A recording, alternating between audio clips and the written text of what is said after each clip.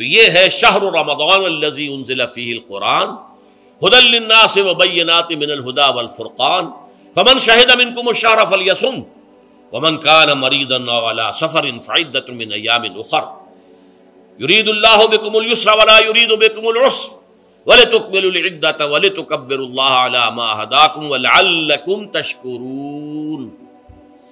اب جو آخری لفظ ہے لَعَلَّكُمْ تَشْكُرُونَ، اب اس کی وضاحت سمجھیے۔ اور رمضان کے یہ دو پروگرام جب پیرلل ہو جائیں گے، جب دونوں کی پابندی کی جائے گی تو اس کا حاصل کیا ہے؟ اس بات کو سمجھنے کے لیے سب سے پہلے آپ اس کو سمجھیے کہ جسے ہم خود ہی کہہ رہے تھے، جسے ہم سیلف کہہ رہے تھے، اپنی انا کو مضبوط کرنا، سیلف کنٹرول، ایگو جو ہے وہ پوری طرح قابو یافتہ ہو اڈ اور لیبیڈو پر، اصل میں اسے مراد کیا ہے؟ اس پر میں نے تفصیل سے بحث کی ہے عظمت صوم نامی اپنے کتابچے میں۔ ویسے یہ ہے کہ وہ مشکل ہے، ذرا فلسفیانہ اس کا انداز ہے، لیکن یہ ہے کہ وہی باتیں آسان الفاظ میں جو دوسرا کتاب چاہے عظمت سیام و قیام رمضان مبارک، وہ آسان ہے، اگرچہ یہ دونوں بہت ہی محدود تعداد میں ہمارے پاس ہیں، لیکن یہ کہ میں نے ذکر کر دیا، جو حضرات لینا چاہیں وہ لے لیں۔ لیکن یہ ہے کہ اس میں اصل پس منظر کیا ہے؟ دیکھیے، ہمارا جو وجود ہے انسان کا، یہ کمپوزٹ ہے، مرکب ہے۔ ہمارے دو وجود ہیں جو جوڑ دیے گئے، کیسے جوڑ دیے گئے ہم نہیں جانتے، لیکن ہے دو وجود۔ ایک وجود حیوانی ہے، میں نے عرض کیا تھا پہلے ہی، ہر انسان ایک حیوان بھی ہے مکمل، سارے حیوانی تقاضے ہمارے اندر بھی ہیں، لیکن حیوان اور انسان میں بنیادی فرق یہ ہے کہ انسان کا جو اصل وجود ہے وہ روحانی ہے۔ اس روحانی وجود کی وجہ سے انسان کا وہ مقام ہوا کہ تمام فرشتوں کو اس کو سجدہ کرنے کا حکم دیا گیا۔ فَإِذَا سَوَّيْتُهُ وَنَفَخْتُ فِيهِ مِن رُوحِي فَقَعُوا لَهُ سَاجِدِينَ۔ فرشتوں سے کہہ دیا گیا تھا کہ میں ایک بشر پیدا کرنے والا ہوں مٹی سے، جب میں اسے پیدا کر لوں اور اس کی ناک پلک سنوار دوں، دو پلک درست کر دوں، تو پھر اس کے سامنے اور اس میں اپنی روح میں سے پھونک دوں تو گر پڑنا اس کے سامنے سجدے۔ حیوان انسان اور انسان روحانی، یہ دونوں مل کر اب آدم بنے ہیں۔ نمبر دو، اس حیوان انسان کا وجود زمین سے ہے، مٹی سے پیدا کی، مٹی سے، گارے سے، طین لازب سے، چپچکانے والے گارے سے، وہ جس میں کہ بدبو پیدا ہو جائے، یہ ساری باتیں کہی گئی ہیں، اور سائنس بھی کہتی ہے مٹی سے پیدا ہوئے۔ کیسے پیدا ہوئے اس میں اختلاف ہے، لیکن یہ کہ ہے مٹی ہماری اوریجن، قرآن بھی کہتا ہے اور سائنس بھی کہتی ہے۔ اور ہمارے وجود کو جب وہ تھک جائے، مزمحل ہو جائے، اس کی انرجی کم ہو جائے، تو اس کے لیے جو غذا ہے، جو تقویت ہے، وہ بھی ساری زمین سے آ رہی ہے۔ آپ نے پھل کھائے، آپ نے گندم کھائی، آپ نے چاول کہاں سے آ رہے؟ اچھا، بکری کا گوشت کھایا تو بکری کا گوشت کس چیز سے بنا ہے؟ اس نے گھاس کھائی ہے، اس نے پتے کھائے ہیں، وہیں سے تو بنا ہے نا۔ الٹیمیٹ سورس آپ کے وجود حیوانی کے لیے جو آ رہی ہے وہ زمین ہے۔ وجود روحانی کو بھی تقویت کی ضرورت ہے، وہ بھی مزمحل ہوتی ہے، کمزور ہو جاتی ہے، خاص طور پر جبکہ وجود حیوانی کا اس پر غلبہ ہو جائے، تب تو یوں سمجھیے کہ وہ بالکل بے ہوش ہو کر موت کے قریب پہنچ جاتی ہے۔ اس کی تقویت، اس کی غذا وہیں سے آئی ہے جہاں سے روح آئی ہے، وہ کلام ربانی ہے، روح ربانی۔ نفخت فیہ من روحی، من روحی، من روحی، میں پھونک دوں اس میں اپنی روح میں سے۔ روح کا تعلق ذات باری تعالیٰ کے ساتھ ہے۔ اسی طرح کلام ربانی کہاں سے آیا ہے؟ اللہ تعالیٰ کے پاس سے آیا ہے، یہ اس کی تقویت کا ذریعہ ہے۔ اب عام حالات میں کیا ہوتا ہے؟ ہمارا یہ وجود حیوانی چھایا ہوا ہے ہمارے وجود کے اوپر، بیچاری روح جو ہے دبی رہتی ہے، پسی رہتی ہے۔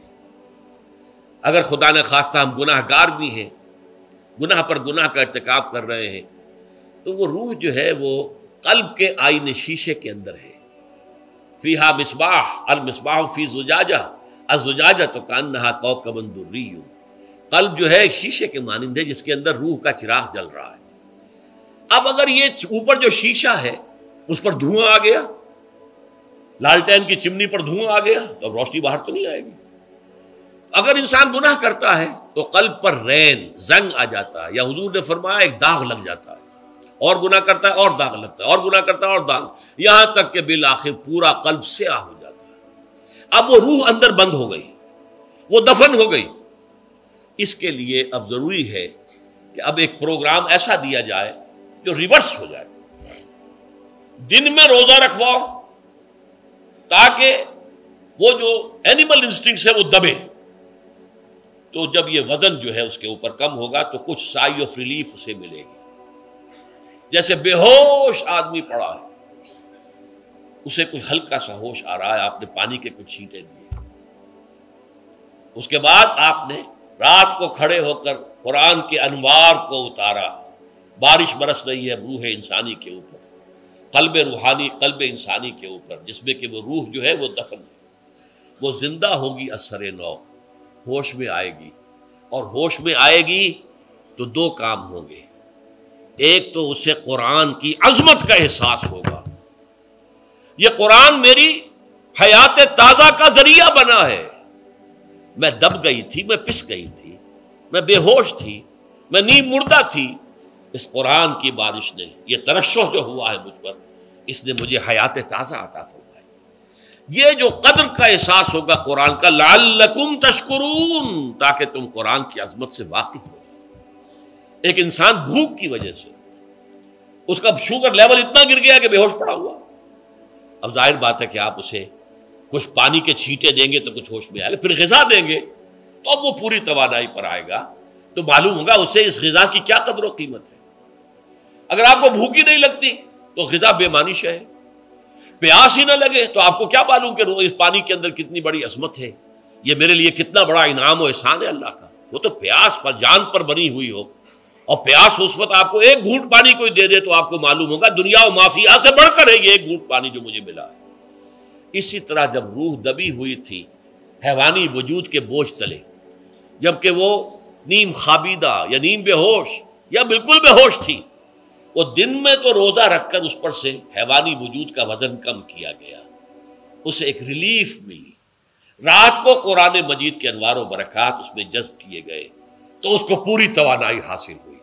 اس پوری توانائی کا پہلا نتیجہ تشکر، قرآن کا شکر، الحمدللہ الذی انزل علی عبدہ الکتاب ولم یجعل لہ عوجا۔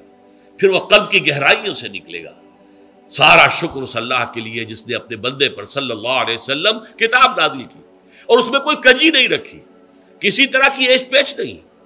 یا تبارک الذی نزل الفرقان علی عبدہ لیکون للعالمین نصیرا، بڑی بابرکت ہے وہ ذات جس نے اپنے بندے پر فرقان نازل فرمایا تاکہ وہ تمام جہان والوں کے لیے نذیر اور خبردار کرنے والا بن جائے۔ یہ قرآن کی عظمت کا احساس، اور ظاہر بات ہے جس قدر کسی نعمت کی قدر و قیمت کا احساس ہوگا اسی قدر تو آپ شکر ادا کریں گے۔ اگر آپ نے کسی بچے کے ہاتھ پر ہیرا رکھ دیا، اسے کیا پتا یہ ہیرا کس بلا کا نام ہوتا ہے، وہ سمجھے گا کانچ کا ٹکڑا ہے۔ لیکن اگر کوئی واقعتاً کوئی جوہر شناس ہو، جوہری ہو، اس کو آپ ہیرا دیں گے تو اسے معلوم ہے کہ مجھے کیا چیز دی گئی ہے، اس کے اندر جو شکر پیدا ہوگا وہ اس بچے کے اندر تو نہیں پیدا ہو سکتا جسے معلوم ہی نہیں۔ تو قرآن مجید کی اصل عظمت سے انسان واقف کب ہوگا؟ جبکہ اس کے ذریعے سے اس کی روح کو ایک حیات تازہ مل جائے، اور اس طرح وہ پروگرام ریورس ہو جائے جو عام طور پر چل رہا تھا، ساری توجہ اپنے جسم پر، اس کے تقاضوں پر۔ جسم میں تھوڑی سی پھنسی نکل آئی ہے، بھاگ رہے دوڑ رہے ہیں اس کے علاج کے لیے، کوئی اور مرض لاحق ہو گیا ہے، بھاگ رہے ہیں دوڑ رہے ہیں اس کے علاج کے لیے، بڑی بڑی فیسیں بھی دے رہے ہیں، ساری جسم کی پرواہ ہے، روزانہ نہا رہے ہیں اور اچھے سے اچھا صابن لا کر نہا رہے ہیں، وہ جسم کی پرواہ ہے نا، اس کی دیکھ بھال ہے، روح کی طرف توجہ ہی نہیں۔ یہ ہے وہ بات جو کہی گئی ہے سورہ حشر میں، اور جسے علامہ اقبال نے پھر اپنے فلسفہ خودی کی اساس اور سورس قرار دیا ہے، وَلَا تَكُونُوا كَالَّذِينَ نَسُوا اللَّهَ فَأَنسَاهُمْ أَنفُسَهُمْ أُولَٰئِكَ هُمُ الْفَاسِقُونَ۔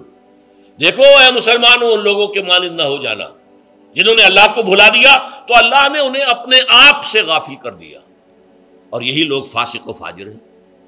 یہ سوال پیدا ہوتا ہے کہ انسان اپنے آپ سے کہاں غافل ہوتا ہے؟ کیا اپنے وجود حیوانی سے غافل ہوتا ہے؟ کیا بھوک لگتی ہے تو وہ ادھر ادھر منہ نہیں مارتا، غذا کو حاصل کرنے کے لیے کوشش نہیں کرتا؟